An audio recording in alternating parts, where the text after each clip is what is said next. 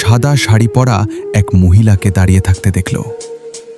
বন্ধুরা পিছনে তাকালো, কিন্তু সেখানে কেউ ছিল না। তারা ভাবল হয়তো আলো ছায়ার খেলা। কিছুক্ষণ পর নিচতলা থেকে দরজা বন্ধ হওয়ার বিকট শব্দ এলো। তারা দৌড়ে নিচে নেমে দেখে প্রধান দরজা নিজে থেকেই বন্ধ হয়ে গেছে। বাইরে যাওয়ার সব পথ যেন অদৃশ্য শক্তি আটকে দিয়েছে। হঠাৎ চারদিকে ফিস ফিস শব্দ শুরু হলো। চলে যাও, চলে যাও। আরিফ সাহস করে বলল, কে তুমি?